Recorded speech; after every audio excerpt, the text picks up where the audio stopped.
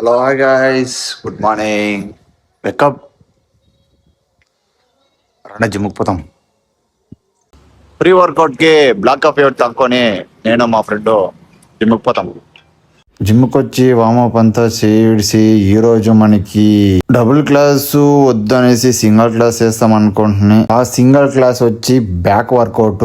Back కి 6 variation వేస్తాం అనుకుంటున్నాయి. 6 variation 1 by 1 వేసి ఈరోజు వర్కౌట్ అంతా ఫినిష్ చేసుకొని మనము డైరెక్ట్ గా పోయి నిలుచుకోండి మిర్రర్ ముందర.